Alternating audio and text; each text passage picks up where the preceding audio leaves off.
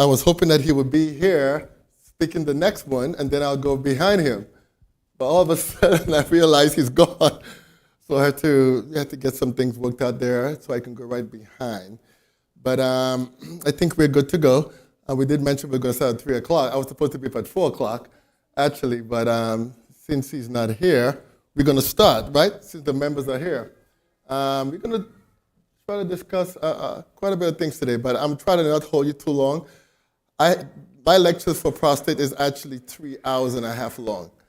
But I went through this and I try to comb through this to make it the best I can to make it as close as possible. So if you see me jumping, it's because I'm trying to give you the most important things. Just probably focus more on prostate cancer today and nothing else but the prostate cancer.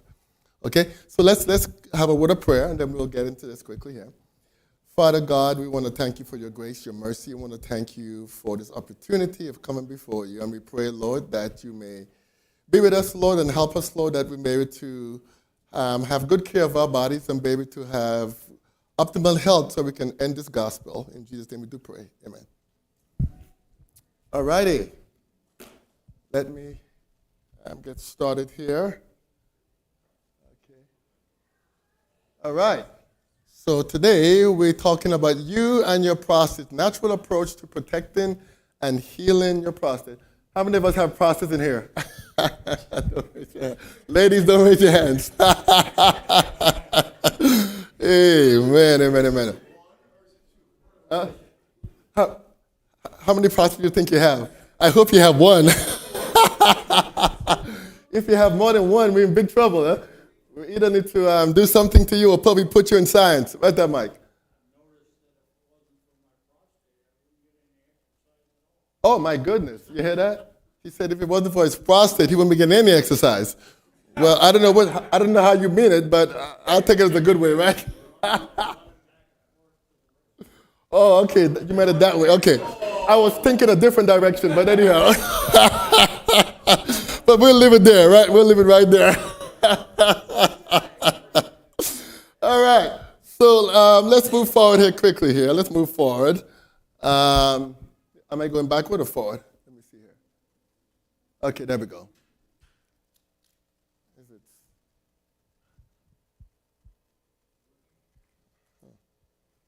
Okay.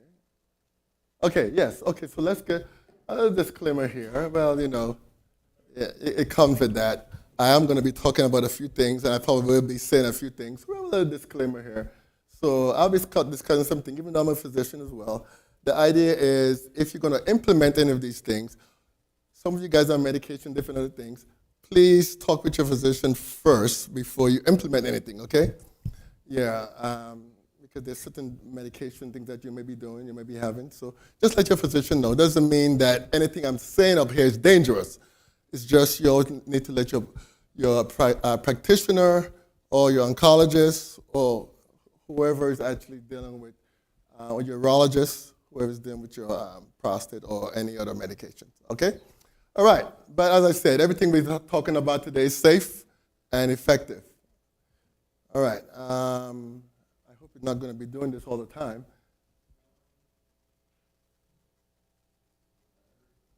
I wonder if it is. Let's go backward and see. All right, it says here, what's God's ideal for mankind?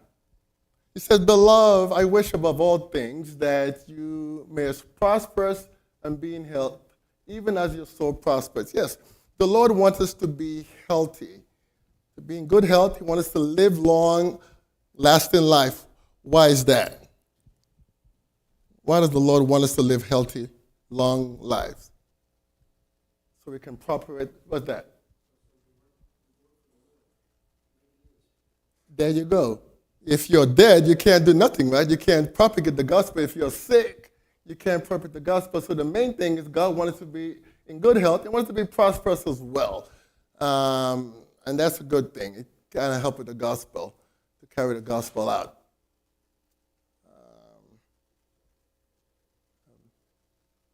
Let's see. It's not moving. Do I need to point it somewhere? All right.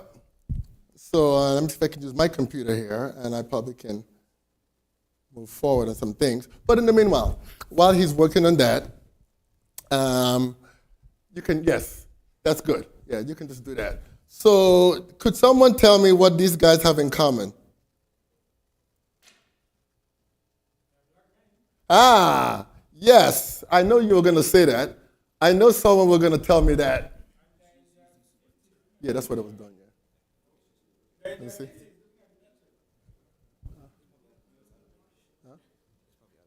Is out of range?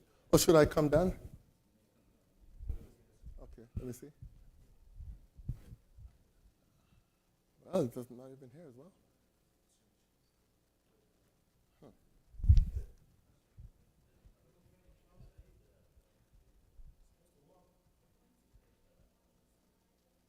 All right, so I guess that's fine. So I'll just let you know when to change it, okay? All right, I'll do that. Okay, so yes, they're both black, they're both African Americans. Yes, that's correct. But they're both, well, one is dead now, O.J. Simpson, which we know. He died on April 10th of this year. Prostate cancer. He died of prostate cancer. And we also know our defense, Lloyd Austin, he also came down with prostate cancer as well. So we can see there's some prominent people, even in Hollywood and throughout our society, have prostate cancer. So prostate cancer will see something prominent. You can go ahead, go forward. Yeah, you can go. Yeah, because it's not working. I should have brought my clicker. Yeah. Yeah, next slide. Yeah, next slide. All right. So looking at the prostate here, we can see, looking at the reproductive function of the prostate, we can see where the prostate is basically at. You can see on the right side here, looking, I hope this section works. Right here, we see the urinary bladder here, and we can see the prostate right here. There are different zones of the prostate. As you can see here, the periuteral zone, that means it's actually next to the urethra. This is the urethra right here. Okay, this is the urethra right there. Okay, then this transitional zone, which is a little outside of the prostate. And then we have what we call as well the peripheral zone here. That section you will see is right here, where we can, when we do a exam, you can actually feel that area. And we'll go over it a little. Usually BPH, we're hitting that area here, more in the periurethral, and most likely prostate cancers will hit at the peripheral zone over here. So, next slide. We'll try to hit that. Actually, stay in that slide for a minute here. Get back. Let's stay in that slide for a minute. Okay, so we can see the normal prostate gland. We can see up here. Basically, it's about 3 by 3 by 5 centimeters. And it's about the size of a walnut. It's not that huge. Not huge, but it's a good size. It can get pretty large as you begin older. Prostate volume, actually about 24 cc's.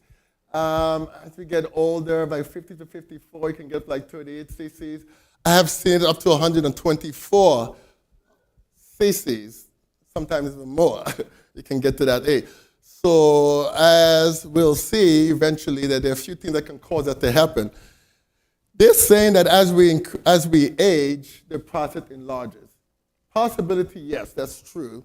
But in other societies where it's not as affluent as our society, we're not seeing it as much, but it may enlarge a little as we get older. Yeah. Okay, next slide. Just wanted to put that in there quickly. All right, look at a few things here. Looking at some main factor condition, looking at the prostate. So we're not going to deal with BPH today or prostatitis, but we'll probably focus a little on prostate cancer. You can see here, I know a lot of people have BPH, but what we can do, we can probably do another segment, probably in the afternoon, and we can probably deal with the other two. As you can see here, BPH, as we mentioned, The problem is in the urethra right here. The prostate enlarges. It gets a little large, which is right here. You can see the difference between the two. It enlarges and it presses on the urethra. And there's problems with releasing the urine. And you can see, like we have that nighttime flow, or you have what we call intermittent flows of your urine, where you kind of drip a little and it goes again, you want to go. So that happens here, and prostatitis, as we said, it's inflammation, basically inflammation. But prostate cancer, as we mentioned, you can see where it's at here at the outside section. It actually affects more that area, and it can spread throughout the whole colon. But we're going to discuss it in a little more detail as we go. Yes, go ahead, next slide. All right, so looking at the physiology of the prostate. So the prostate gland actually regulates by testosterone, basically, secreted by what we call Leydig cells. Those are cells that are in the testes that actually help to produce this testosterone, and it helps to develop the prostate. Yeah, if the prostate begins to fail, actually, if you don't have testes, actually your prostate, you have no problem with prostate cancer. You didn't know that, right? If you don't have your testicles, you shouldn't have any problem. So if someone's a eunuch, okay, if you're a eunuch, the chances of prostate cancer may be very slim. But we don't realize that. So the prostate secretes this liquid, we call it the prostate fluid, which is about 10 to 20% of the volume you get in ejaculation. It contains prostaglandin, which is an enzyme, and also phosphates, and sometimes you can get some bacteria can get in there, which can cause sometimes a UTI for men, and you get that burning sensation, where we call it prostatitis. Okay? And also the prostate also secretes what we call glycoproteinous fluid, which is actually a form of the PSA, actually, which actually forms the PSA, which we actually utilize for testing, and you'll see that later on as well. And that is actually, semen actually is also produced by the prostate, which helps for the sperm to float through, to move through, to get up where it needs to go.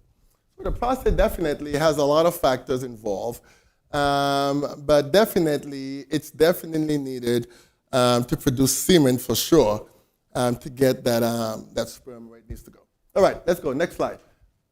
This is basic physiology. I'm not going to stay too long with that. Okay, next slide. Okay, let's look at a few statistics here, looking at the prostate. So the prostate cancer is the second leading cause of death in American men, not women. We don't have one, right? And behind lung cancer, okay? So we can see, basically according to the American Cancer Society, they estimate that prostate cancer in the United States in 2024, look at the amount of people that was newly diagnosed. Check this out. Over 299,000 new cases, and about 35,000 plus death of prostate cancer this year alone from prostate cancer, which is actually has improved, actually, and we'll see later on. Next slide. It would be good if I can control this, yeah. Go faster. Yeah, next slide. All right, so about 1 in 8 men will be diagnosed with prostate cancer during their lifetime. That's a lot of men, right? That's a pretty close proximity there, right? 1 out of 8, that's pretty much. But each man's risk for prostate cancer can vary based on his age, his race, ethnicity, and other factors. We'll get to those other factors in a minute. Okay, next slide. Quickly here. That's from the American Society. Okay, inherited genetic genes and the prostate cancer. Okay, changes. All right, I know many people may say, well, my dad had prostate cancer, my grandfather had prostate cancer, a lot of my family member had prostate cancer. So genetics plays a big factor. You might be thinking that, right? Does it really? Approximately only 5 to 10% of prostate cancers are due to inherited genetic factors. There's a few of them on there we want to look at. Identify the increased risk for prostate cancer, looking at the RNA cell, BRCA1, BRCA2, Then we have other one like HPC1, Hawks B13. Those are some of the Hawks, the Homebox 13 is a special one that actually we do see a lot of prostate development, especially in African American men. We do see this one specifically. BRCA2 on one, we do hear about that in breast cancer as well for females. Angelina Jolie, you heard about her? She actually had BRCA2 genes for breast cancer, and she decided, even though she didn't have breast cancer, she was going to remove it. But a lot of people don't realize that men, we also have BRCA2 genes as well. But the problem is with genetics, when it comes to cancer, is this. I want to make it very clear that we all have a genetic mutation. Hello? We're all born with some genetic mutation. Doesn't mean that we're going to get that disease. Just want to make it clear. Doesn't mean you're going to get prostate cancer. Let's say you test and you get a BRCA2 genetic change or mutation. Does that mean that you can get, or you was tested for BRCA2? Let's look at it this way. Does that mean you can get prostate cancer? Not necessarily, because we have what we call epigenetic. You are born with something, doesn't mean you will get it. It's just like the genes is actually like a gun. And the trigger, pulling the trigger is the epigenetic, the environmental factor that may cause the disease. For example, the alcoholic or drinker or stuff like that. If you were born with some susceptibility to get liver cancer, if you're drinking continuously, your chances of getting liver cancer is what? It's higher because the environmental factor. Let's say and we'll go over it in a few, some of the factors and why, but let's go, next slide. I don't want to labor too long because we have a lot to cover here. Okay, so a few more statistics. So prostate cancer can be serious disease, but most men diagnosed with prostate cancer do not die from it, which is good. It's still word most. I wanted to make it clear, most. And the fact about it is, it's because there's a lot more new studies and finding ways to preserve, and a lot of people are getting more testing now. So it's been easier to actually control that. So you can see more than 3.3 million men in the United States have been diagnosed, and they're still alive up to today. A lot of them are. But the problem is their quality of life is not the same. That's what I wanted to know. A lot have died, are dying of it. You can see 35,000 plus have died this year alone. But the problem is the treatments that we get can hinder our quality of life. And that's what I wanted us to understand on that as well. Next slide. Mm-hmm. All right, so prostate cancer develops more often in African American men and in Caribbean men of African ancestry than in men of other races. And when it does develop, it is what? It tends to be in younger men. Ooh, younger men as well tend to have it. Now, you might go, but younger men, how old can you be? Now, I can tell you this. I've had men in my office I have diagnosed from testing and sent them to the urologist and to approve that it was cancer in their early 40s. Early African-American men in their early 40s. I'm actually thinking that it may be even earlier, but we're not testing because the insurance allowed at a certain age. And we'll go over it in a minute. You can see what age they recommend. And that's the reason why I think it's not showing more often. But definitely, you'll find it in a lot of younger men. But we'll touch about that in a minute. Let's go, race and... all right, so this is something very interesting here. This is Dr. Wayne Harris. He's a professor at Emory Medicine. And he said that prostate cancer tends to be a disease of older men, but isn't always true for black men. In African American community, prostate cancer is known to have an earlier onset and have a more aggressive, here's the word aggressive here, profile for reasons it's not fully clear. So I'm not sure why African American men are having it like that. And the idea is there may be some factors involved in that. Let's go to the next slide. They're not sure why. Okay, One possible reason I have, this is my conclusion from what I have studied, okay? All right, they can disagree or disagree, but I think I have enough proof to back this up clearly, all right? And one possible reason, it says here, black men are twice as likely to die from diabetes-related complications as non-white men. They also have poor glycemic control, which increase their risk for complication. What kind of complication? That includes cancers as well. Go on, next slide. We're heading somewhere here with this. Next slide.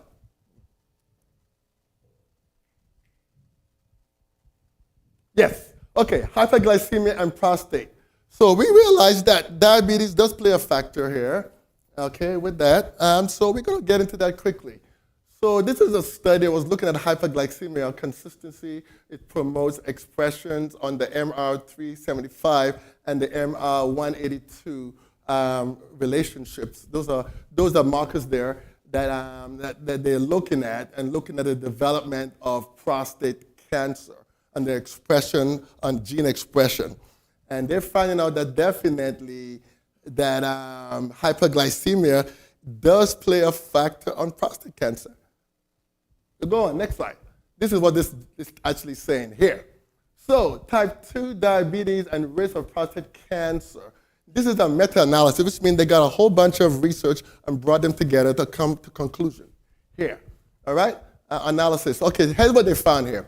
45 studies. Okay, they have 29 cohorts and 16 case control studies involving 8.1 million participants and 132 plus prostate cancer cases detected as significant inverse association between type 2 diabetes and prostate cancer. Not amazing? Did you guys see this? They're saying that there's a very close correlation here with diabetes and prostate cancer. Let's go on. Am I heading somewhere now? Now, if you remember, I said that African Americans are twice more likely to die and get blood sugar problems or diabetes. Isn't that right? So if lifestyle may be a factor, I wonder if blood sugar problem plays a big factor with diabetes. Because African Americans are we are known to have higher levels of diabetes. We're also known now to have higher levels of prostate cancer. Now, you might say, well, how about other men? Yes, that includes white, Hispanic, German, whatever you are. It includes everyone as well, but more likely more towards African American men for some reason, because they're more prone with the situation with diabetes. And I think socioeconomic, other factors plays with that as well as dietary lifestyle in the community, I think plays a big factor why African American men actually do have more of this factor with diabetes. But it doesn't mean that it puts everybody out of the picture. Yes, if you are having diabetes, it puts you at risk as a Caucasian or a Indian or of other race. It does put you at risk as well. So controlling your blood sugar is a factor in general. But definitely looking at African Americans who have a high level of diabetes definitely is a factor. Also in this study, also look at body mass index. Looking at obesity also plays a factor in diabetes as well, in generation of prostate cancer as well. So yeah, not only having diabetes, but actually being overweight also plays a factor as well with that. Let's go on quickly here. Okay, yes, identification of viral infection and prostate cancer evaluation. Now, this is something definitely I have seen in my clinic, and that I wanted to address it. As I said, I'm putting some slides. I'm trying to hit as many areas that I want to hit because I know of time. But this is something I wanted to address. We look at females that may have had cancers, and we may say, well, HPV, cervical cancers, stuff like that. And say, well, HPV is a factor for female, but is it a factor for men? Yes. They have shown positive association between prostate cancer and HPV infections. Did you know that? That we not only have BRCA2 genes, but we also have problem with HPV causing prostate cancers. Infection can cause prostate cancers as well, and can cause infections. So this is a study that was shown that can do that. So a higher risk for that. And so definitely, we're saying that we should get tested for it. But they don't really have any tests to test for HPV, really, for men. Females, they probably do, but I don't know of any tests that are out there that can test for HPV. But at the same time, it definitely can be a factor to test at the lower end. I'm trying to say, not at the upper end, but the lower end. We can test it for throat cancer. It can be tested for that. But as for the lower end, affecting the prostate, I'm not sure any test that can do that, basically. All right, next slide. Detection of characteristic of latent stage Epstein-Barr, EBV meaning Epstein-Barr virus. And Epstein-Barr is another virus that it seems to show a close correlation and possible causative effect with lots of cancers. Making it clear, it's very connected with a lot of cancers out there. You can see this study suggests that high prevalence of Epstein-Barr virus in prostate samples where Epstein-Barr exhibit latency in 2 and 3-like profiles. Furthermore, Epstein-Barr positive samples exhibit a higher Gleason score. And we're going to talk about a Gleason score in a minute too. It suggests a possible link between Epstein-Barr and the onset, the beginning phase of cancer, and progression of prostate cancers. Isn't that amazing? Epstein-Barr virus. And still remains tough to understanding of that, but next slide. Yeah. On Epstein-Barr, okay. So, diet. I was trying to see if I can get diet in here somewhere in here. So, I know a lot of people want to hear that part, right? High fat content in the dairy products, which I believe is more than that. Let me make it clear. The research is saying that, but there are other research that shows in Europe that the proteins also in the milk, A1 proteins as well, the A2 proteins, A1 proteins, in the milk as well, not only the fat, can also contribute to cancer as well. We have seen that in studies. All right? So you can see here that says associated with C-peptide concentration. So C-peptides, basically if you have diabetes or if you know of diabetes, is a marker that we use to see if you're still producing insulin still, where your insulin level is at. So it seems to have a close connection with the C-peptides, and which can develop an aggressive form of prostate cancer. Drinking milk. There's a study that also showed that 2 glasses of milk a day or more for gentlemen are prone for prostate cancer. Isn't that amazing? 2 or more glasses of milk as you get older. You know, what do we call older? I would say now, actually, with the proteins, the A1 proteins that they have in the milk now, and the modulation of the fats how they're doing it now, hydrogenizing the fats. And I think basically, I would even go down to the late 20s probably, to be careful, to be honest with you. Nowadays, yeah, very careful. The food industry right now, I think definitely I would even go start early looking at the dairy products. Yes. Next slide. All right. And this is from the Cancer Society. They did some assessment on diet. What they found out here, higher risk associated with certain food. The results suggest that eating these foods may be associated with moderately higher risk of developing an advanced stage 3 and 4. 3 and 4 now, okay, of prostate cancer. Red meat is definitely in the top of the list. It's definitely a lot of studies on that shows it definitely can cause that, such as beef, pork, and lamb as well. Somebody was asking me about lamb this morning. Processed meats, such as we call those luncheon meats, or sausages, hot dogs, stuff like that. I know a lot of us adventurers don't eat these things, right? So good. Woohoo! But guess what? We eat those linkets, we call it, right?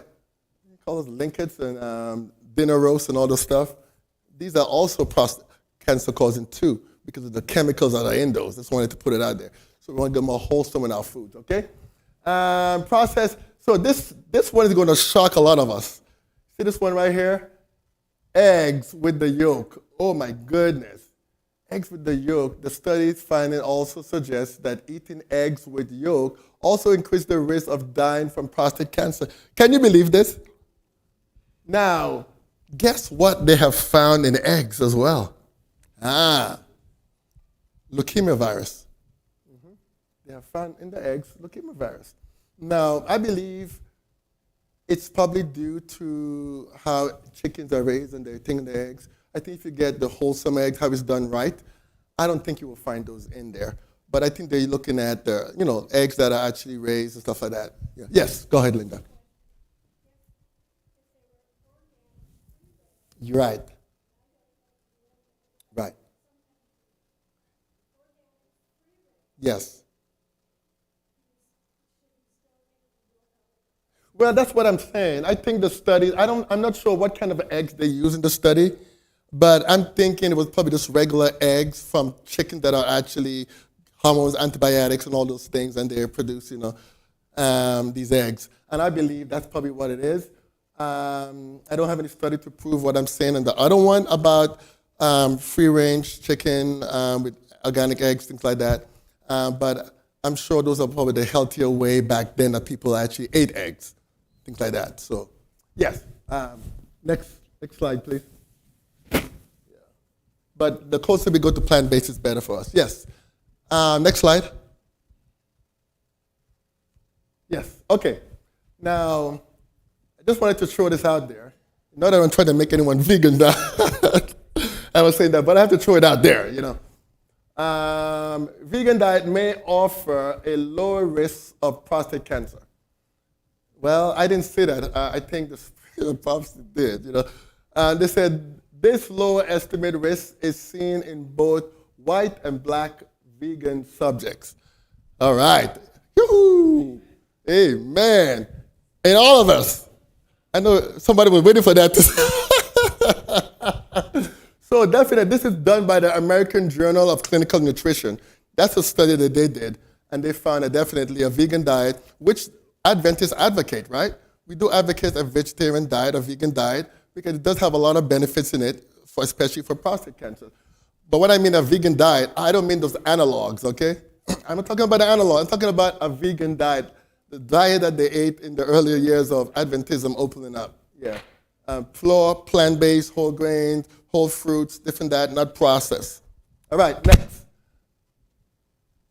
Okay, go ahead. Intermittent fasting, and we're still looking at diet still here. How many of us do intermittent fasting? Okay, we have the doc in here, and she does intermittent fasting. Who else? Do you know what intermittent fasting is? Okay. I like intermittent fasting, and I'll explain what it is. Okay, so Ellen White one day was asked about a diet. What would be the best? She said 2 meals are better than 3. All right. So she was way ahead of her time when she said that, because that's correct. Unless you're a construction worker or something like that, you're doing heavy machineries or doing heavy workout in the gym, and yeah, I can see 3 meals in there. But if you're pushing a computer or just drafting something in your job or just doing a conveyor belt or something like that, I don't see the reason for 3 meals. And intermittent fasting comes in there with the 2 meals. Here's what I do. I believe in the 8-16. What does that mean? You have 16 hours where you're not eating anything, and 8 hours stand to eat, okay, in between that time. So for example, let me give an example of that. So your last meal may be 5 o'clock in the evening, and your next meal will be 9 o'clock in the morning. Make sense? Something like that. Or probably earlier you eat. You can put it down. So that's the 16-8, I call it in there. And you have from that point to that point to eat. Make sense? All right. So we find here that this one shows that This is the 8 days of water only fast. I had a gentleman that did 16 days of water fast. I didn't put him on it. He did himself. He did 16 days of water fast, and I saw his sugar level drop at one point, and he felt great. At 45, I was like, wow. I was like, man, he felt really good. And it just came back up to normal because, your liver, your liver is there for a reason as well, for many other reasons. It actually has what we call glycogen, stored glucose in there. In case of a starvation, it can break that down to keep us going. That's why we stay alive at night, because of that. So intermittent fasting does do a lot of things. And it also brings forth what we call autophagy as well, which actually help with a lot of factors, recycling cells, helping with the mitochondrial, which is the powerhouse of the cell. So fasting is good. So they found that definitely that it can improve prostate volume as well, and also decrease the significance of the testes as well. So definitely that's a good thing. But look at what they found here. There was also decrease in blood levels of PSA, FSH. Wow, this is also testosterone. Free testosterone was actually controlled. That's another one as well that we need to look at. And DHEA. Wow. So, that's pretty good there. Not a good things, yes.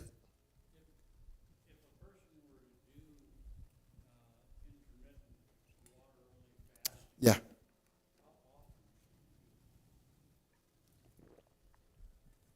Good question. I do have some people that actually do them weekly, actually. Yes. They do it weekly. And I do, yes, weekly for 1 day a week. They do fast. If you're going to do an 8 day, I would say do it quarterly. Yeah, quarterly would be a good direction to aim to, because you want to detoxify quarterly anyhow. You want to do some liver detox, different things that we'll talk about. You want to do that, do those quarterly at least. So I would say if you want to do something like that, just make sure, number one, there's a few factors that you talk to your doctor first before you do any fasting. If you have a nutritionist, you definitely want to do that, because fasting the first couple of days, it can be crucial, okay? Especially if you're diabetic. So you want to definitely talk to someone first before you start any of that. If you don't have any problem, it shouldn't be any problem at all. But if you do have diabetes, I would say talk with someone and we can walk you through that. You can call me if you want. I can help you walk through it, how to do that. All right? So 8 days of water only fasting improves lower urinary tract infection as well. Well, of course, if you have prostatitis, just flushing your urinary tract alone will help tremendously. All right, let's move on. Yes, go ahead. Mm-hmm.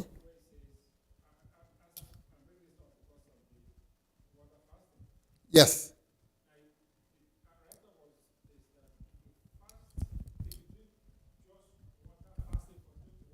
Mm-hmm.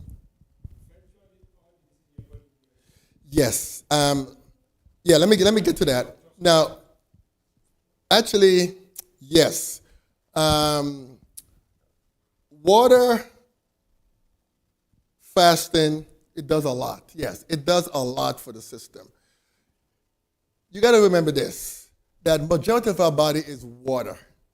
The majority of our body is water, and the cells needs it for detoxification, for cleansing. Also, the brain needs it because it sits in that's why it sits in a pool there. Disease as well parades in the lymphatic system. If your lymphatic system is moving well, you have enough fluid there, it can flush a lot of toxins out, a lot of impurities. Also, your circulation, your blood circulation from your heart, definitely that improves as well. And we know good circulation does what? Good health as well. And you have good liver response, you have good colon response, because there's nothing for the colon to hold on to, no waste there for the colon to hold on to. So guess what? Yes, it can improve on a lot of diseases. I won't go as far to say eradicate all diseases, because then I'll be putting myself in the line to say that. But I can tell you this, majority of diseases can be eradicated from a long water fast, definitely. Hmm? Yes. Yes. There you go.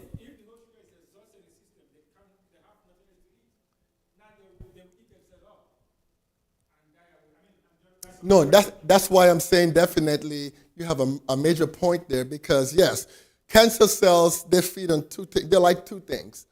They're like glucose and glutamine. Okay, glucose and glutamine. If there's no glucose for the cancer cells, guess what happens to them? They die. They die. Exactly, they die. And the idea is that's why intermittent fasting is very important because cancer cells damages the mitochondria. When you go into autophagy during fasting, your body recycles these old cells and rebuild the mitochondria because cancer is a mitochondrial dysfunction as well. So as your mitochondria begins to build itself, you get better. So that's why fasting is very important. Okay? Yeah, let's go forward quickly because we have a couple of things here. So, association with nighttime fasting. This is what I'm talking about, the 16-8. Okay, this study suggests that a prolonged nighttime fasting, 11 hours or more, I recommend at least 15 to 16 hours, but 11 hours or more and an early breakfast may associate with lower risk of what? Of prostate cancer. Are you listening to me? You know, let me say this. When we eat late night, it puts a lot of strain on our gut and our liver.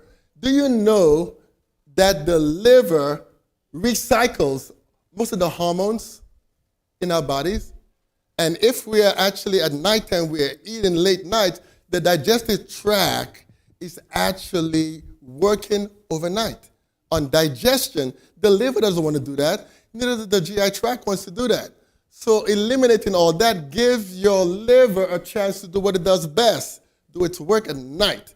Also, when you eat late, it actually works on the adipose tissue. A lot of the times, your digestion slows down around the evening time because what's going on here, cortisol begins to go down, melatonin begins to go up, so your body's fight or flight situation begins to go down. And the idea is, with that, your body works on repairing itself and building the immune responses to fight other diseases. So definitely, not eating late night eliminate that altogether for the body to work on these areas. Does that make sense? So yes, I can see why it's not eating late will do that. And the fact about it is too, those adipose tissue also put strain in that area and can cause diseases, even of the prostate. You know, belly fat, I call those. Yeah, that can also is associated with prostate cancer as well and other cancers as well. Go ahead, next slide. Yeah. All right. I wanted to toss this in there quickly. I'm trying to find some slides I can toss in there from the whole slides. Talk a little about exercise here. I thought it was a pretty good study. This study was done in the British Medical Journal. It was done in Sweden. And they found that cardiovascular fitness improved by 3%. Are you saying that? By 3% more each year are 35 less likely to be diagnosed with prostate cancer. So each year you improve 3%, guess what happened? You have a 35% less chance to be diagnosed with prostate cancer. Isn't that amazing? Exercise. How many of us like exercising? Yes, exercising is very important, just like intermittent fasting is, because it improves our circulation, our blood supply. It also improves our lymphatic system to remove waste from the system as well. And also exercise improve our mental capacity, which I want to talk about in a minute here.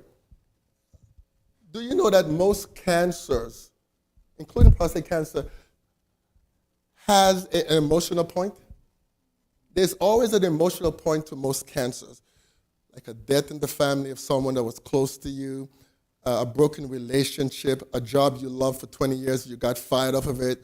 You know, usually these things actually drive down the immune response and actually give rise to inflammation in the system. And that is where cancer has a drive. So if you know you're going through some hard times, I would say try to get counseling as quick as possible and try to overcome that.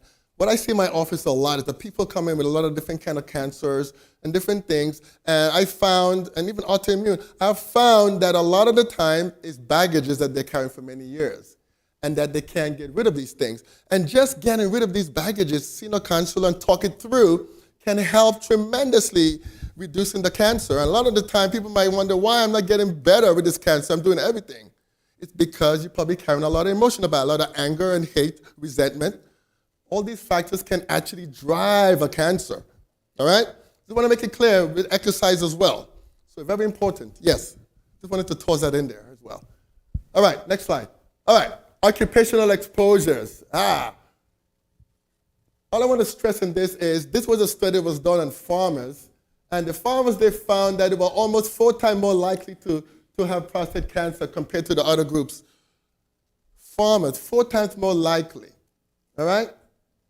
What does that mean? Now, we're going to go through a few more things. Go to the next slide in a minute. Go to the next slide. Okay. So, pesticide is a big factor. It's a very big factor that we know of. And the reason why pesticide is, I'm going to talk about it quickly, is a xenoestrogen. I'm going to talk about xenoestrogen in a minute. It actually mimics estrogen in itself. And pesticide basically can grow any form of hormonal-driven cancers, including breast, including cervical, cervical to an extent too, if there's estrogen-driven, but most cervical is HPV, I mean. And things like uterine cancers, ovarian cancers, things like that, breast cancers definitely, including prostate cancer. Definitely pesticide, it shows a great link factor to it. As we can see, we'll see the next slide. If the gentleman would turn to the next slide. Yeah, fellas, next slide, please. Okay, so this is a 2013 study conducted in Portland and the VA. This is the VA, the medical, the VA, our friendly VA. Center in Oregon Health. Probably someone in here probably went there before. Found that the veterans exposed to Agent what? Orange are not only higher risk for prostate cancer, but they are more likely to have aggressive form of the disease. No wonder we see more cancers in men who were fought in Vietnam. A lot of it. And the government is saying that, we don't see a link there involved with that. We don't see that. Now they're seeing it now because there's a lot of studies that are coming out. And this is the latest study. There's a lot more studies that are out there. I just chose this one here because this one was showing the aggressiveness more. But definitely, Agent Orange, which is the organophosphate-like factor, definitely we know can cause definitely cancers of the breast, liver cancer, different kind of, even of the lungs as well, and the liver. Tons of those, yeah, tons of cancers. So, but definitely, this study shows for that. So people may say, well, if I have Agent Orange, well, how do I deal with this stuff? Well, there are a lot of things. We'll show you some things you can do. Detoxification, different things. But go on. Yeah. Next slide. All right. Heavy metals and prostate cancer. We see arsenic up there, and we see that definitely it can also cause cells to be progressive, cancer cells to be progressive. It's definitely is associated with all. And you know, where do we get a lot of arsenic from? Water. Yes. Guess one of the biggest one that we can get arsenic from too. Guess what it is? Rice. Woo! Rice. Yes, one of the highest form of arsenic is from rice. But listen to this, They found that if you get the rice from California, it's low in arsenic. California rice is shown to be low, but if it comes from outside the country, other places, it's high in arsenic. They have found as well that black rice or wild rice don't have any arsenic in it. You have that too? Yeah, for lunch. You see that? There you go. So no arsenic. So if you want to get away from the arsenic, look at that. Also, filter your water. Now, I would say filter your water, but I'm actually not 100% correct because if you look at some of the reverse osmosis on there when you buy one, it tells you on there that it's not 100% sure in actually filtering out arsenic. It tells you on that. And there, so a double filter may be a good route. Double filter may be a good way to go. I tell some people they can get a Berkey filter. You can get a reverse osmosis and take your water and run it through the Berkey as well. I think you should get the arsenic out of that. Definitely. Cadmium. Cadmium. Okay, what is that one? That one is actually found in a different area. Guess what is the biggest area you can get? Smoking and jewelry and also the water as well. Yeah, cadmium definitely is also associated with it as well. And breast cancer. Usually when I have someone comes with prostate cancer, I definitely want to rule this one out. And breast cancer. Definitely want to rule this one out for sure. I do see a lot of arsenic too and lead, but definitely this one here. Definitely. And you want to look at hair analysis and pre and post renal tests. Maybe some things you can look at, talk to your doctor about that you can do just to test for these. Because if those levels are high, you want to make sure that you don't have exposure to your prostate as well. Okay? So look at these heavy metals. And as I said, hair analysis, there's a company right here in Phoenix that actually can do hair analysis for you. Very inexpensive. And they can test that at pre and post renal tests. There are a lot of places that can do that. So definitely, those environmental exposures is a factor. Yes, next slide. It's definitely a factor here. All right. So looking at lead as well, things like that, they found that levels were higher in patients with prostate cancer than in a control group. And also those who had a high level of lead, they found that blood zinc and copper levels were lower in patients with prostate cancer as well. Imagine that. So zinc and what else? And copper. What is copper used for? Well, we know what zinc does. It helps with the immune system. It helps with building tissues. But copper is also very important.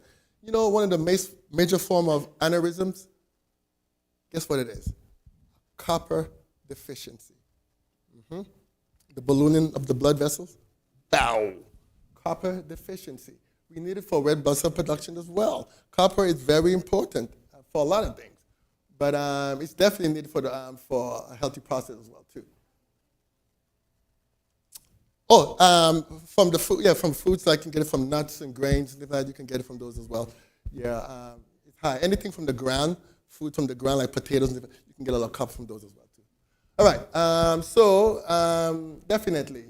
So you can see here, exposure to lead may be at risk factor for prostate cancer through generation of reactive oxygen species, okay, which are things that actually steal electrons from the system as well, reducing zinc levels. So we definitely, as men, want to take a lot of zinc, right?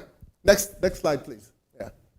Just want to hit a few. Hormones and the prostate. All right, that's my favorite. I want to deal with that for a little while. Okay. All right. Okay. For decades, I'm going to read this one. I put it on there. I'm going to read this one. Someone read this one for me. Read it loud. I should read it because we don't have a mic, so I'll read it. For decades, the goal of endocrine therapy in prostate cancer has been to achieve absolute inhibition and androgen receptors. We're talking about androgen. We're talking about more testosterone, more itself, okay? When you hear the word androgen, think more testosterone, okay? All right, you're going to hear the word androgen a lot here, okay? Function, the protein that senses testosterone levels, okay? He said, that's the lead investigator, Rachid. Okay, so he said here, it has been a highly effective strategy leading to the substantial improvement in overall survival. Okay, yeah, so we can see controlling the androgen receptors. We had some good results in the past, but there's something else he says here. He said, unfortunately, if the word unfortunately means something, I think it means that there's something wrong here, right? Most patients with advanced metastatic disease who are treated with drugs, you know the drugs I'm talking about, those androgen receptor blockers, drugs, inhibit androgen signaling progress to an aggressive form of the disease for which there are limited therapeutic options. Did you hear what that said? Do you know what that means? They're saying that the treatment we were using in the past to treat prostate cancer using these androgen blockers, which we still do, it can cause more problems. Because guess what? We're not really dealing with the causative factor of what's causing it. We talk about genetics, we talk about a lot of other things. But is testosterone the main factor? No. From what I'm gathering here, right? Let's go on. Next slide. Okay. This is the same study. This is the same study. It turns out to be rather simple. Check this out. Just understanding the situation. When androgen levels are low, the androgen receptors, it does what? Encourages to go solo. All right, I'm going to go on my own here and deal with this, okay? In the cell. In doing so, it activates the pathway that causes cancer cells to grow and spread. However, as androgen rise, the androgen receptors are forced to hang out as a couple, creating a form of the receptors that halts the tumor growth. So when they work together, you usually don't have a problem. But the question is, what caused them to work solo? That's the question, right? It goes back to, I think, with environmental factors, all of the stuff I mentioned previously can be involved with that. But is testosterone really the problem? Next slide. We think it is, but I guarantee you we're wrong. Testosterone is not the problem with prostate cancers and other cancers. Go ahead, next slide. Okay, it says here, this is estrogen action on the prostate cancer. Early works on the hormone basis of prostate cancer focus on the role of androgens. Are you seeing that word again? Androgens. But more recently, estrogen has been implicated as a potential agent in the development of the progression of prostate cancer. Are you listening to this? Estrogen. Oh my goodness. In this article, we reviewed the epidemiological, laboratory, and clinical evidence that estrogen may play a causative role in the human prostate cancer, as well as rodent and grafted in vitro studies that they found. Listen to this. Review recent literature. They found, let me go on down here, including estrogenic imprinting and epigenetic. You heard that word again? Epigenetic. That means environmental for anything that can cause a cancer to grow. And genotoxicity and hyperprolactinemia, which is high prolactins in the system, and inflammation and immunological changes and receptor medial action. Imagine that. They're looking at all these factors that estrogen may contribute to in prostate cancer. Isn't that amazing? Let's go on. Next slide, please. This is a good one here I like. Still on estrogen. We're still on estrogen. You remember I mentioned this word before? Xenoestrogen, which means is a estrogen mimicker, is a new form of estrogen. Okay, so these xenoestrogens, where are they from? Xenoestrogens, which exhibits extensive molecular diversity, are found in a number of what, ladies? Cosmetic products such as plasticizers, perfume fixes, you know, those nice smelling ones, the one that, Old Spice and all this stuff you like, you know. Solvents, industrial chemicals, and pollutants such as insecticides. Whoa. And epoxy. You know what epoxy is? The one we put on the ground. And polycarbons and other plastics. And herbicides. This group of chemicals has been classified as what? Endocrine disruptors. What do? They actually affect the endocrine glands. Guess which gland is an endocrine gland? The prostate, the thyroid as well. The endocrine gland the prostate is. Now, if it can disrupt endocrine glands compounds, that means it can affect the prostate as well. Isn't that right? So, listen to this. Xenoestrogens are particularly dangerous to animals and humans' health because they are persistent, ubiquitous chemicals in the environment that bioaccumulates and may even be activated further as a result of biotransformation. Woo! Yes.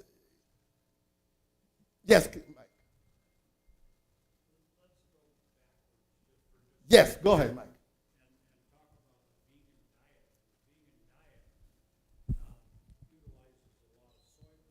Yes. So you want to talk about that? Okay. How many of us believe that eating soy causes prostate cancer? You believe that? Who else believes that in here? That soy causes prostate cancer? It might. It might. It does not, but it might. It depends where you're getting it from. Now, tell me the largest population in the world, or one of the lowest population in the world that has prostate cancer. Tell me one of the lowest population in the world that has prostate cancer. Huh? China. It was up there. China. The Asian countries. Let's put it this way. Asian countries. Where does we find the most soy eating? In the Asian countries. Wouldn't you think they would have more prostate cancer there? But they have the lowest. So is soy the problem? It's how it's produced, genetically modified. I think the modification of those and the pesticide that comes with the soybeans comes back to those endocrine disruptors. Does it make sense? Those endocrine disruptors, because xenoestrogen is in a pesticide form as well. Pesticides is a xenoestrogen as well. It can cause some problems. So, looking at the soy is definitely a problem. We'll see later on that genistein is actually a flavonoid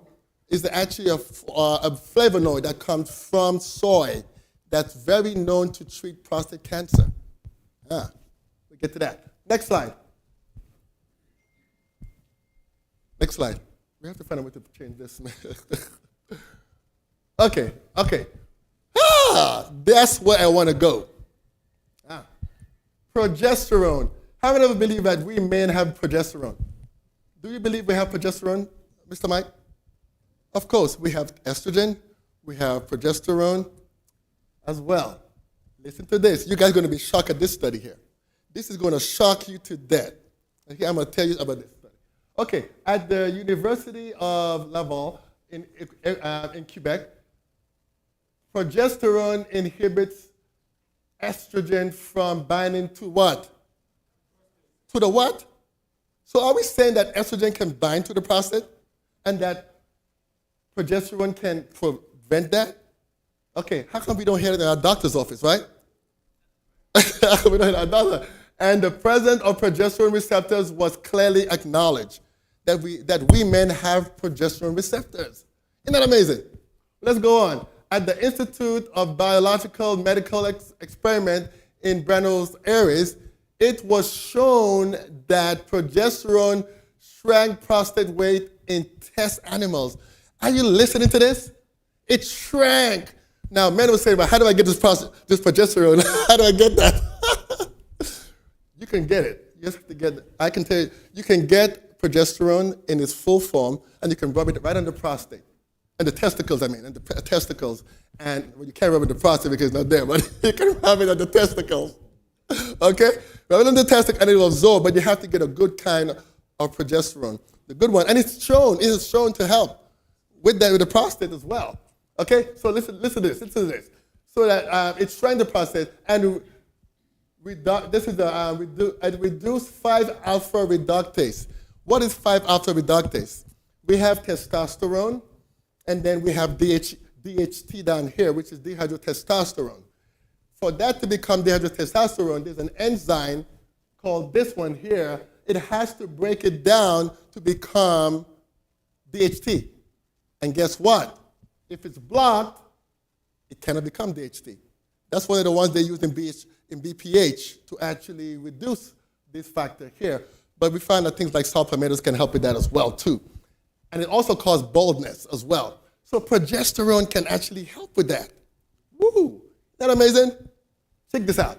In fact, recent progress in our understanding of stromal progesterone receptors suggests that this receptor may exert an inhibitory effect on BPH. This is enlargement of the prostate, reactive stroma development, and prostate cancer progression as well. Isn't that amazing? These early findings of stromal progesterone warrant further investigation, as this receptor could be a potential biomarker. You hear the word there? A lab test. And therapeutic targets to prostate cancer management. Why are we only targeting testosterone? When we know that estrogen is probably more of a driver for cancer than testosterone. But guess what? DHT and estrogen on the other side.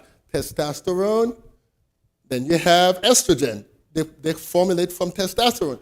But to become estrogen from testosterone, it needs an enzyme called aromatase. Aromatase breaks down testosterone into estrogen.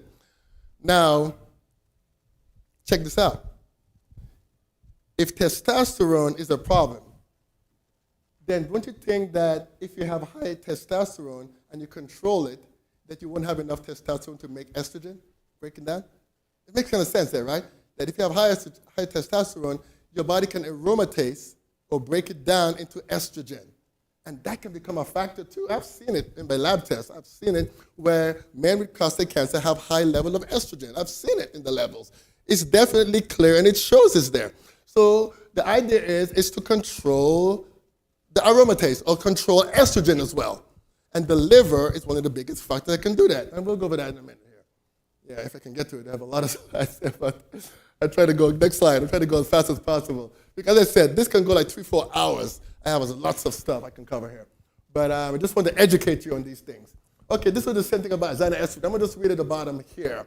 So this is talking about xenoestrogens and stuff like that, basically how it can cause problems. You did mention about soy.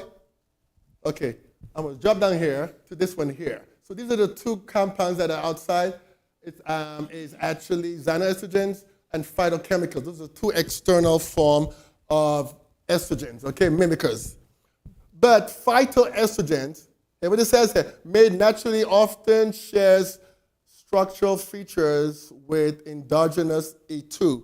E2 meaning, which is estradiol, which is, that one is helped with more like you'll find with your cycles and things like that. Allowing phytoestrogen to cause estrogenic and or anti-estrogenic effects. They have been suggested to have a large spectrum of beneficial effects, including the reduction of what? Cancerous and postmenopausal symptoms. So check this out. Guess where you find this phytoestrogen as well?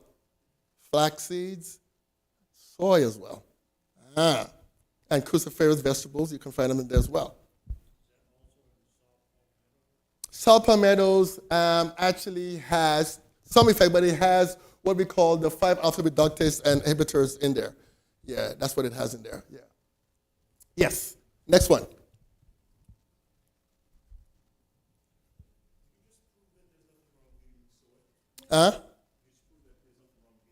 Yeah, as I mentioned, if you're going to eat soy, the best way to eat soy, I'll tell you this. Eat it intact, in its intact form. Make sure it's organic and non-GMO. Those two things. Make sure it's that. Fermented soy is the best way to go. So when I eat tofu once in a while, but when I do eat, I eat more tempeh. You know tempeh? I eat more tempeh in that way, and it does help me a lot. But what you can do too with your tofu, if you do it with like a acid form, like you do like soak it with lemon juice and things like that, lemon juice also change the structure of the protein as well and break it down as well. And so definitely you want to do that as well, because whenever you pull protein away from its natural source, it actually doesn't have the digestive process with the fibers to slow it down in the process. It can cause more on the body. Yes, yes, yes, yes. Well, we saw that there was the research showed that there's no problem with soy.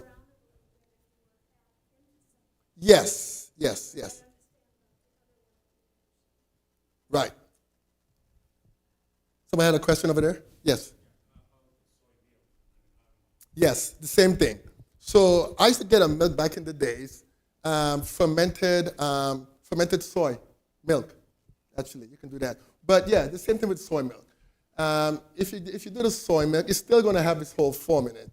Um, Organic, non-GMO soybeans should be fine. I have no problem with that. Yeah, a glass a day should be fine. I have no problem with that. The studies are showing different. Before this, you say don't use the soy because it doesn't this. And I think a lot of the studies that was done, it was done on non-GMO, non-organic soy products because in the Asian countries, they don't have that problem. Only when we come here. Same thing with here, the wheat. You can go to Europe and eat wheat and have no problem. You eat the wheat here, you have a lot of bloating, all kind of problems. It's because, and the same thing with the milk, we have A1 protein here. In the Europe, you go, you can get A2 protein, which is a better form of in the milk. So we have a lot of the genetic factors in the United States that's causing a lot of our health problems.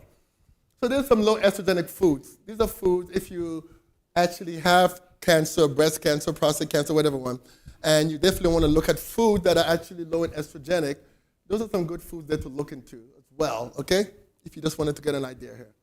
All right. I think I'm going to go to, my goodness. Skip that. Let's leave it there. Oh, my goodness, guys. I didn't mean to go right there. I didn't mean to hit that. But I had to touch that, I know a lot of men, we want to talk about vasectomies and things like that. A lot of guys are asking me, what do you think about vasectomy? I say, well, all right. You know what a vasectomy is, right? You guys know what it is. All right. Okay. So this is a 2000 study. It followed over 2 million Danish men born between 1937 and 1996. For 38 years, the researchers looked at what? When they got their vasectomy, how often they visit the doctor's office, their levels of wealth, the severity of the prostate cancer, if diagnosed. Okay. And this study also suggested that getting a vasectomy was linked to a slightly, that's the word I will make it clear now, slightly higher risk of prostate cancer compared with not getting a vasectomy. The risk remains for over 30 years after the procedure. So the longer you keep the vasectomy, I guess, the less a problem it becomes. Is that right?